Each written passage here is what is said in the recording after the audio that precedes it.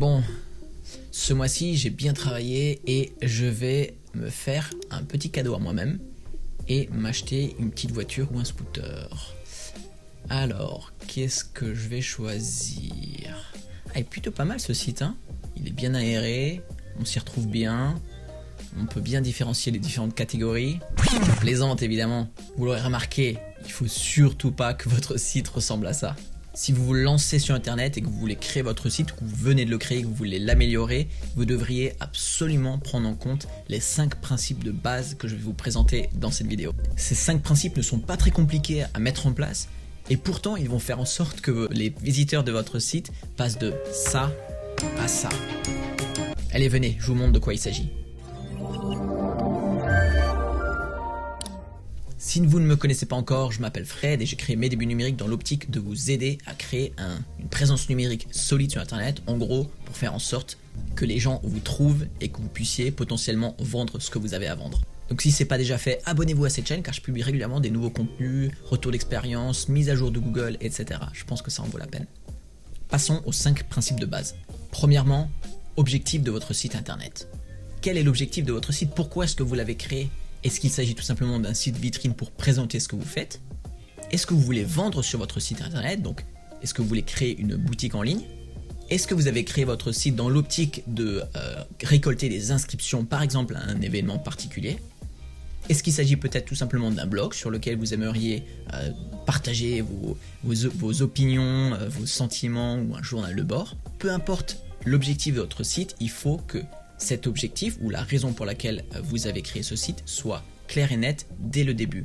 En gros, sur votre page d'accueil, en quelques secondes, l'utilisateur doit être capable de comprendre qui vous êtes et ce que vous proposez. Ensuite, dans un second temps, vous allez créer un appel à l'action vers l'action que vous voulez que l'utilisateur effectue.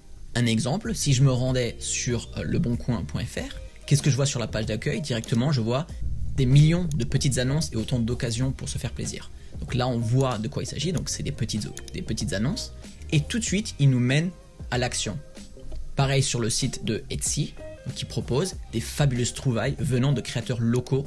Et ici aussi, vous avez directement des actions à effectuer pour l'utilisateur. Il faut que vous indiquiez les flèches au sol, comme chez Ikea, afin que l'utilisateur n'ait pas à réfléchir ou ne s'y perde pas. Deuxièmement, KISS. KISS est un concept anglophone qui correspond à Keep it stupid simple. Une autre manière de décrire ce concept-là est de parler de loser. Loser est un mot valise qui ressemble à loser, donc perdant, et qui contient user, utilisateur. En gros, ce que signifie ce terme-là, c'est qu'il faut, sur votre site internet, que vous partiez du principe que l'utilisateur est stupide, pas forcément dans un sens très péjoratif, mais stupide dans le sens qu'il n'y connaît rien en informatique et qu'il ne sait pas forcément où cliquer, ce qu'il doit faire sur votre site internet. Donc vraiment simplifier au maximum vos contenus. Il peut s'agir par exemple de penser à systématiquement souligner vos liens qui vont mener donc vers une autre page, souligner ou les mettre en gras, les mettre en surbrillance, changer la couleur. Il peut s'agir aussi d'ajouter sur quelconque bouton que vous allez ajouter l'action que va effectuer ce bouton-là. Donc vous pourriez par exemple, au lieu d'utiliser inscription, vous allez dire m'inscrire ou je veux m'inscrire. Vous voyez par exemple ici sur Etsy que pour la connexion, ils n'utilisent pas connexion, ils disent se connecter. Et c'est d'ailleurs la même chose pour Le Bon Coin. Donc ne surchargez pas votre page de contenu car si votre page, par exemple, si je retournais sur notre magnifique site ici, un utilisateur lambda ne saura pas du tout par où commencer. Il ne saura pas où cliquer, ce qu'il doit y trouver, et risque donc potentiellement de s'en aller. Troisièmement, la navigation. Ce point rejoint un peu le concept précédent, donc KISS, qui stipule donc le fait que votre navigation, donc en principe votre menu, doit être aussi simple que possible. Donc n'hésitez pas à utiliser des sous-menus. Si je retourne sur Le Bon Coin, vous voyez qu'ici, on n'a que 4 éléments dans le menu principal.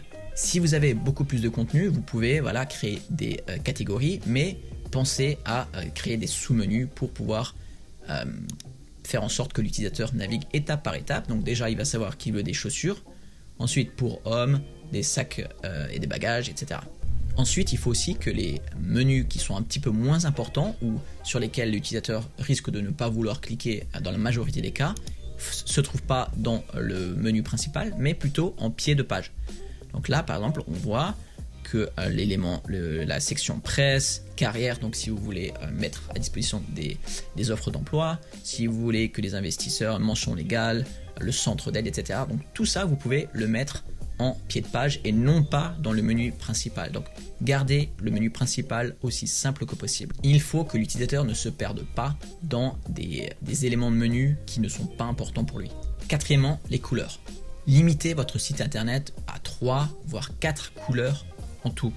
Par exemple, je vous conseille d'utiliser une couleur de fond qui va être par exemple du blanc ou du gris très clair, car ça va permettre d'aérer vos contenus et de créer plus d'espacement, plus de légèreté sur votre site, le fait d'utiliser du blanc. Ensuite, vous allez pouvoir utiliser une autre couleur, pas très vive, mais encore assez pâle, mais pour créer des sections, comme ici par exemple, vous voyez qu'ils ont du blanc et du jaune très très pâle, pour limiter donc les sections.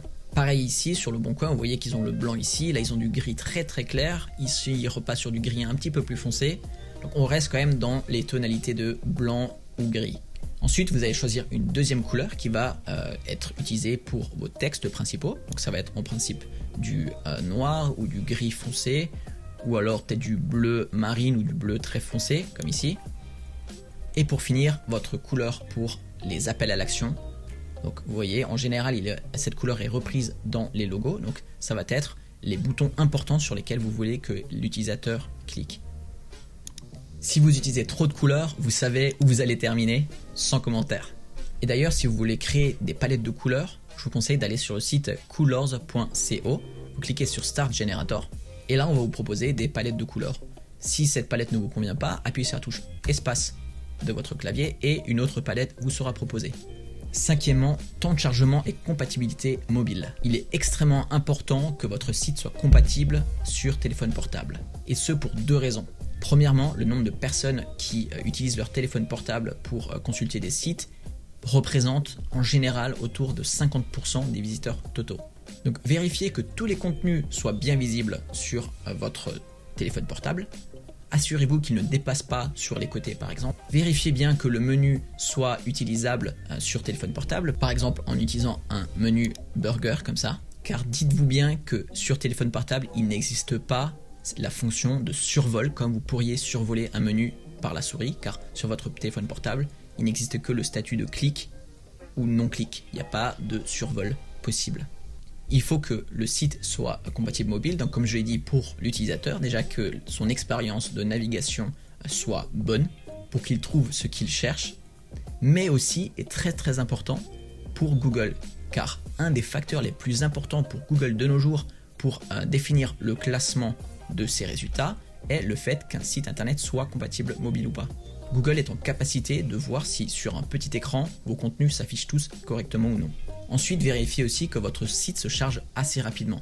Ici aussi, ça va être plus agréable pour l'utilisateur de voir un site qui charge rapidement, car des études ont montré que si le site ne chargeait pas en l'espace de 3 secondes, les utilisateurs étaient capables, et bien souvent le faisaient, de repartir et d'aller voir ailleurs. Et ici encore, au-delà du fait que ça soit plus agréable pour l'utilisateur, un des autres facteurs très importants pour Google pour bien vous positionner dans les résultats, c'est le fait que votre site se charge rapidement.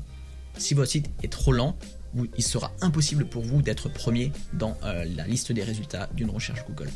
Et d'ailleurs, si vous voulez améliorer votre référencement, et donc parmi les premiers résultats d'une recherche Google pour que les gens vous trouvent et cliquent sur votre lien, j'ai créé une formation de 40 minutes qui vous explique toutes les astuces et les secrets pour pouvoir faire en sorte que les différentes pages de votre site soient premières dans le classement Google. Cette formation est complètement gratuite, j'aimerais vous l'offrir, et vous pouvez y accéder en cliquant sur le lien qui se trouve en dessous de cette vidéo et qui s'appelle « Comprendre Google et passer premier du classement en 4 étapes simples ». Cliquez sur le petit lien, accédez à ces vidéos, je pense que ça en vaut vraiment la peine et que vous pouvez apprendre pas mal de choses. Et voilà, c'est tout pour ma part. Si vous avez aimé la vidéo, mettez un petit pouce bleu, ça m'encouragera et ça montrera que vous portez de l'intérêt pour ce genre de thématique. Abonnez-vous et à bientôt pour une autre vidéo. Fred.